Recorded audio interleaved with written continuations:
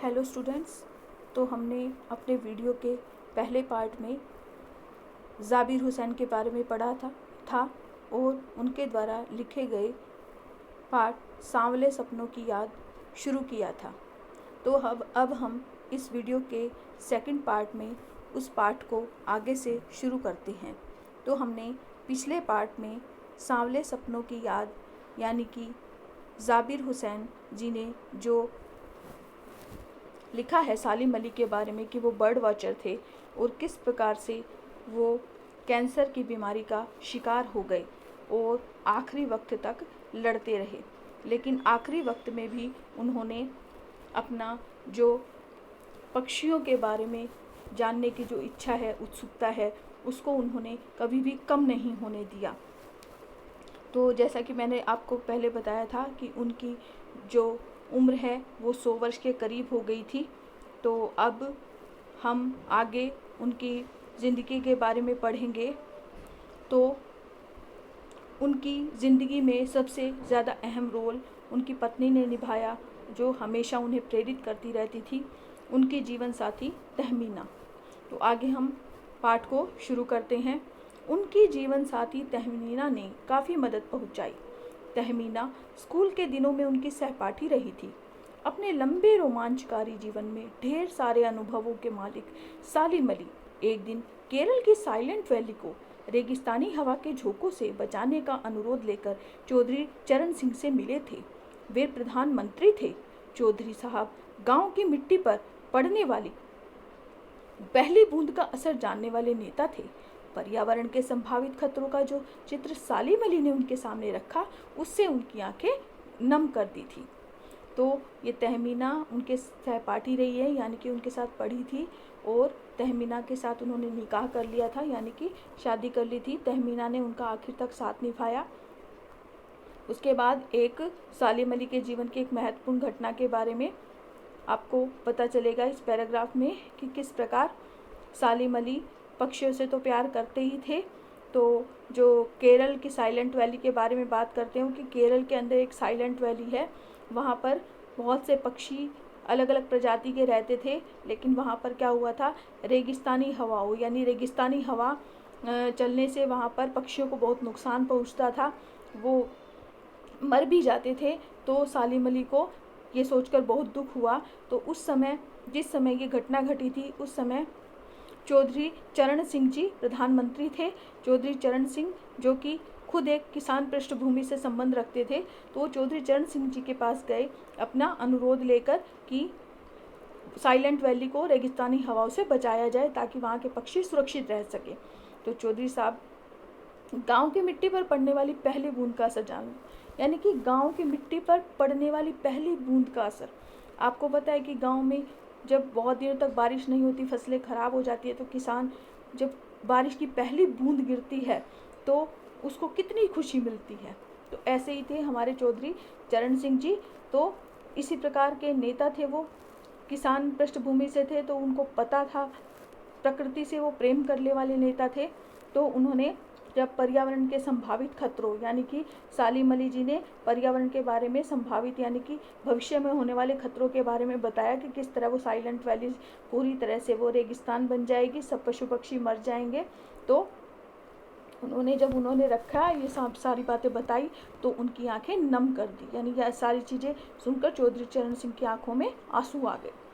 आज सालिम अली नहीं है, चौधरी साहब भी नहीं है, कौन बचा है जो इस सीधी माटी पर उगी फसलों के बीच एक नए भारत की नींव रखने का संकल्प लेगा? कौन बचा है जो अब हिमालय और लद्दाख की बर्फीली ज़मीनों पर जीने वाले पक्षियों की वकालत करेगा? वकालत बेटा समझते हो वकालत क्या होता है? वकील समझते हो आप? तो वकील करता है वकालत, जो कि वो किसी भी पक्ष को बचाने के लिए उसकी वकालत करता है, उसकी रक्षा के लिए। तो वो आज सालिम अली नहीं है, यानी कि सालिम अली की मृत्यु हो चुकी है, चौधरी चरण सिंह जी की मृत्यु हो चुकी है। तो लेखक कहता है अब कौन बचा है जो इस तरह से प्रकृति के बारे में सोचेगा, पशु पक्षियों के बारे में सोचेगा और हिमालय, लद्दाख, इनकी बर्फीली ज़मीनों पर जीने वाले पक्षियों की वकालत करेगा। यानी कि वकालत करने का मतलब है उनकी हिफाजत के लिए कौन लड़ेगा? जिस तरह वकील किसी केस को लड़ने के लिए अपनी जी जान लगा देते हैं, वैसे कौन है जो आज के समय में पशु पक्षियाँ जो प्रजातियाँ लुप्त होती जा रही हैं उनके लिए कोई लड़ना चाहेगा? सालिम अली ने, यानी कि आज के लोग स्वार्थी हो चुके हैं। सालिम अली ने अपनी आत्मकथा का नाम रखा था fall of a sparrow. Fall of a sparrow यानी कि एक गौरैया का गिरना। मुझे याद आ गया, यानी कि सालिम अली ने अपनी आत्मकथा लिखी है एक fall of a sparrow, English में लिखी है उन्होंने। तो फॉल ऑफ अ स्पैरो का मतलब एक गौरैया का गिरना। सालिम अली बचपन में ऐसे नहीं थे, लेकिन एक बचपन में ऐसी एक घटना घटी थी जिसने उनकी पूरी ज़िंदगी को बदल दिया था। वो घटना क्या थी बच्चों, मैं तुम्हें बताती हूँ। एक बार सालिम अली की एयर गन से एक गौरैया घायल हो गई थी। एयर गन जो हवा में जो पक्षियों को एयर गन चलाई उन्होंने, तो एक गौरैया घायल हो गई, वो नीचे गिरी। तो सालिम अली ने देखा तो उनका मन भर आया कि किस तरह पक्षी इस तरह तो लुप्त हो जाएंगे। तो उनके मतलब पूरे जीवन को उस छोटी सी घटना ने बदल दिया। उन्होंने आगे से कभी भी पक्षियों को नुकसान न पहुंचाने की सोची और धीरे धीरे वो बर्ड वॉचर बन गए। बर्ड वॉचर यानी कि पक्षियों के बारे में जानना उनके जीवन का मकसद बन गया। अब एक घटना और लेखक बता रहा है, मुझे याद आ गया, D.H. लॉरेंस की मौत के बाद लोगों ने उनकी पत्नी फ्रीडा लॉरेंस से अनुरोध किया। D.H. लॉरेंस भी एक बर्ड वॉचर थे बच्चों, उनको भी पक्षियों से बहुत प्रेम था और उनकी पत्नी थी फ्रीडा लॉरेंस। तो आगे हम कंटिन्यू करते हैं लेसन। की मौत के बाद लोगों ने अब उसकी पत्नी फ्रीडा लॉरेंस से अनुरोध किया कि वे अपने पति के बारे में कुछ लिखे। फ्रीडा चाहती तो ढेर सारी बातें लॉरेंस के बारे में लिख सकती थी, लेकिन उसने कहा, मेरे लिए लॉरेंस के बारे में कुछ लिखना असंभव सा है। मुझे महसूस होता है मेरी छत पर बैठने वाली गौरैया लॉरेंस के बारे में ढेर सारी बातें जानती है। यानी कि D.H. लॉरेंस की मृत्यु हुई तो उनकी पत्नी फ्रीडा लॉरेंस से मीडिया ने या लोगों ने कहा कि अपने पति को तो आप बहुत ज़्यादा अच्छे से जानती होंगी, तो उनके बारे में कुछ लिखे। तो फ्रीडा लॉरेंस ने कहा कि मैं अपने पति के बारे में क्या लिखूं, मेरी छत पर जो गौरैया बैठती है ना, वो भी मेरे से ज़्यादा मेरे पति के बारे में जानती है। यानी कि इस लाइन का मतलब ये निकल रहा है कि वो हमेशा घर के सदस्यों से ज़्यादा पक्षियों के साथ अपना समय बिताना पसंद करते थे D.H. लॉरेंस। तो इसलिए कहते हैं कि पक्षी मुझसे ज़्यादा उनके बारे में अच्छी प्रकार से जानते हैं। तो सचमुच इतना खुला खुला और सादा दिल आदमी था। मुमकिन है लॉरेंस मेरी रगों में, मेरी हड्डियों में समाया हो, लेकिन मेरे लिए कितना कठिन है उसके बारे में अपने अनुभव को शब्दों का जामा पहनाना। मुझे यकीन है मेरी छत पर बैठी गौरैया उसके बारे में और हम दोनों ही के बारे में मुझसे ज़्यादा जानकारी रखती है। कहते हैं कि वो सचमुच ही खुला खुला और सादा दिल आदमी था। फ्रीडा लॉरेंस अपने पति के बारे में D.H. लॉरेंस के बारे में बताती है कि वो बहुत सीधे साधे से व्यक्ति थे। मुमकिन है लॉरेंस की रगों में, मेरी हड्डियों में समाया हो। यानी कि लॉरेंस को मैं बहुत ज़्यादा चाहती हूँ, लॉरेंस के साथ मेरा बहुत ज़्यादा लगाव रहा, इतने साल का साथ था, वो मेरे पति थे, लेकिन मेरे लिए कितना कठिन है उसके बारे में अपने अनुभवों को शब्दों का जामा पहनाना। बच्चों, तो इसका मतलब है कि मैंने जितना भी समय अपने पति के साथ बिताया, उन घटनाओं को, उन अनुभवों को कागज़ पर उतारना या फिर अनुभव को लिखना या लोगों को उसके बारे में बताना मेरे लिए कठिन है। वैसे तो फ्रीडा लॉरेंस को बहुत सी बातें पता थी उनकी, लेकिन वो कहती है कि मैं उसको एक्सप्रेस नहीं कर सकती, यानी कि मुँह से शब्दों में मैं उसको एक्सप्रेस नहीं कर पाऊँगी।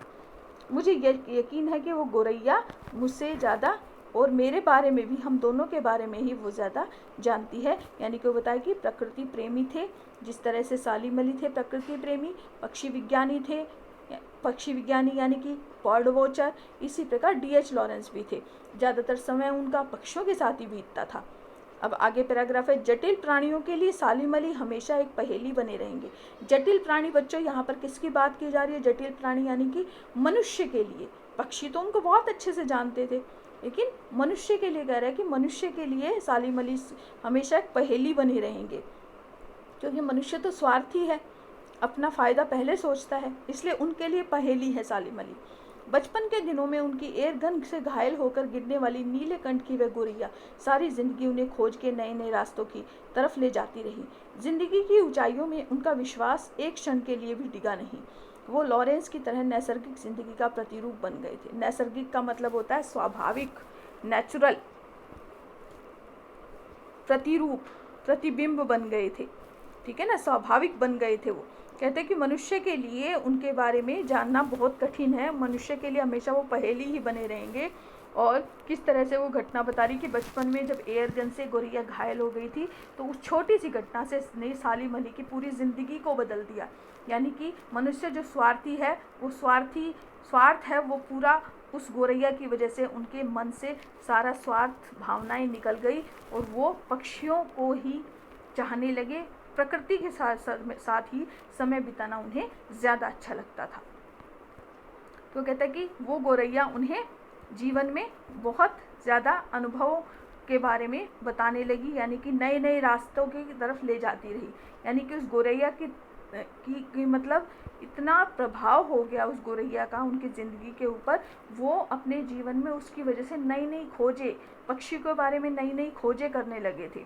तो उस गौरैया का उनके जीवन में बहुत बड़ा प्रभाव पड़ा, बहुत अहम रोल रखा है उनकी ज़िंदगी में गौरैया का, कि उनकी ज़िंदगी को बहुत ऊंचाइयों तक ले गई वो, और उनको विश्वास उनका एक क्षण के लिए भी डिगा नहीं। तो वो क्या बन गए, जिस तरह D.H. लॉरेंस की तरह ही वो भी ज़िंदगी का प्रतिरूप, प्रतिबिंब बन गए, यानी कि दोनों ही एक जैसे थे।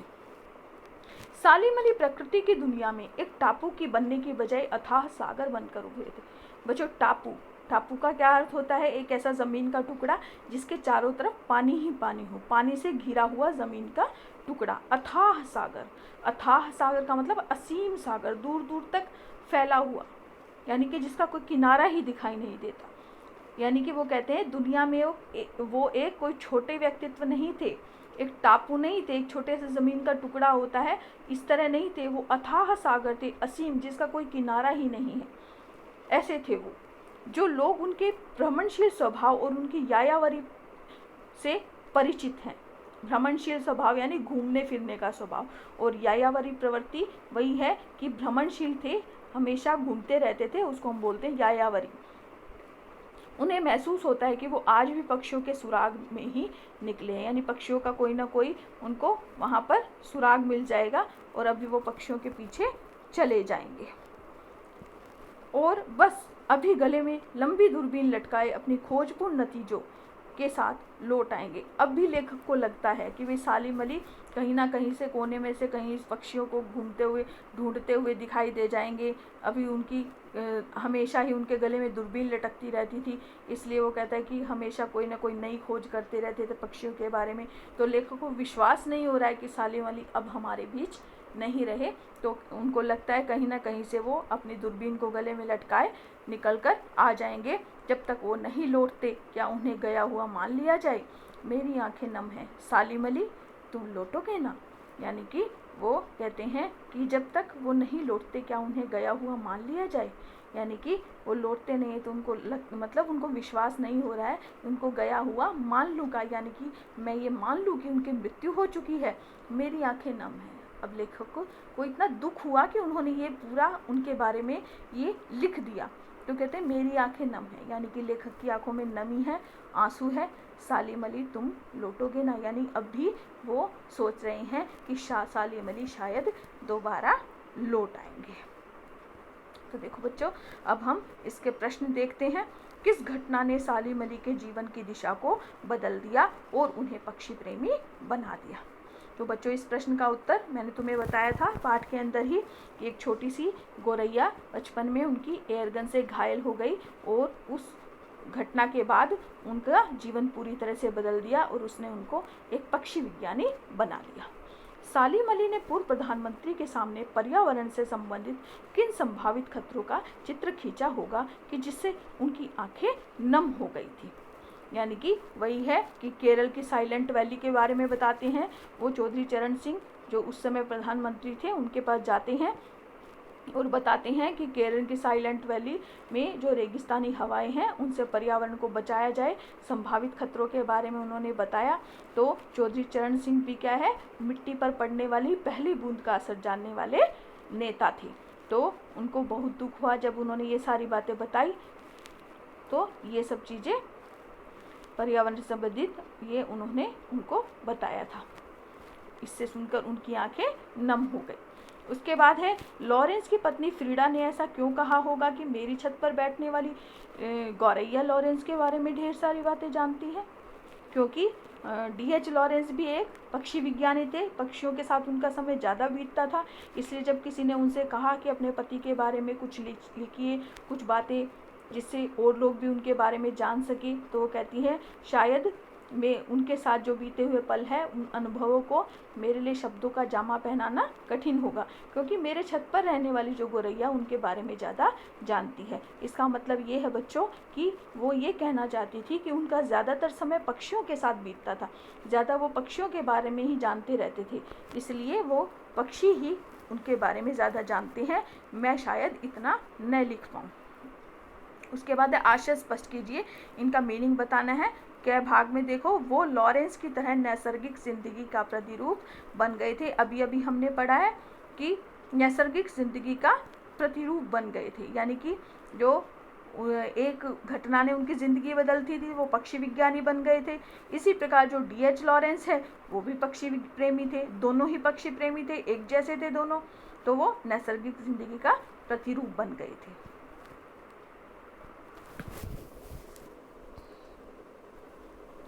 तो बच्चों ये आपको समझ आ गया होगा।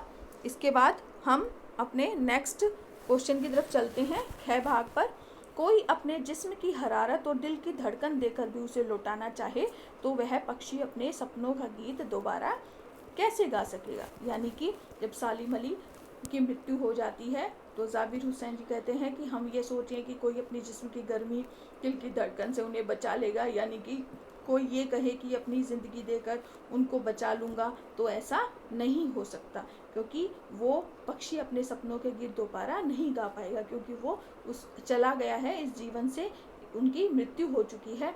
इसलिए कोई व्यक्ति उनको प्रेम करने वाला, चाहने वाला भी अगर ये सोचे कि मैं अपने प्राण देकर उन्हें वापस ले आऊं, तो ऐसा नहीं हो पाएगा। सालिम अली प्रकृति की दुनिया में एक टापू बनने की बजाय अथाह सागर बनकर उभरे थे। टापू यानी कोई छोटे मोटे व्यक्तित्व नहीं थे, वो एक अथाह, यानी कि वो उनका जीवन एक सागर की तरह था। न जाने कितने, जैसे सागर का कोई किनारा नहीं होता है, ऐसे उनके व्यक्तित्व के बारे में भी कोई अच्छी प्रकार से उनको उसका वर्णन नहीं कर सकता था। इसलिए प्रकृति की दुनिया में वो दूर दूर तक प्रकृति के नज़ारे, प्रकृति के बारे में जितना ज़्यादा वो जानते थे शायद ही कोई और जानता हो। यानी कि वो प्रकृति उनके प्रभाव में आती थी, न कि वो प्रकृति के। इस पाठ के आधार पर लेखक की भाषा शैली के बारे में बताना है बच्चों कि किस प्रकार की भाषा है। ज़्यादातर उर्दू भाषा के शब्दों का प्रयोग किया गया है, वर्णनात्मक शैली है, या फिर हम भावपूर्ण भाषा है, पढ़कर मतलब कि दुख होता है, इस तरह की विशेषताएं आ सकती है। और भी विशेषताएं जो क्वेश्चंस है मैं वो भेजूंगी, उसमें आपको पता चल जाएगा। इस पाठ में लेखक ने सालिम अली के व्यक्तित्व का जो चित्र खींचा है उसे अपने शब्दों में लिखिए। सालिम अली के व्यक्तित्व का चित्र बताना है। एक तो वो प्रकृति प्रेमी तो थे ही, प्रकृति से प्रेम करने वाले थे, पक्षियों से प्रेम करने वाले थे, ठीक है ना। तो इसमें उनकी घटना के बारे में बताया जा सकता है। केरल की साइलेंट वैली के बारे में हम बता सकते हैं, या कोई और चीज़ें इसमें ऐड करके उनके व्यक्तित्व की विशेषताओं के बारे में बताया जा सकता है। फिर है सांवले सपनों की याद शीर्षक की सार्थकता पर टिप्पणी लिखी। यानी सार्थकता, ये नाम कहाँ तक सार्थक है, कहाँ तक।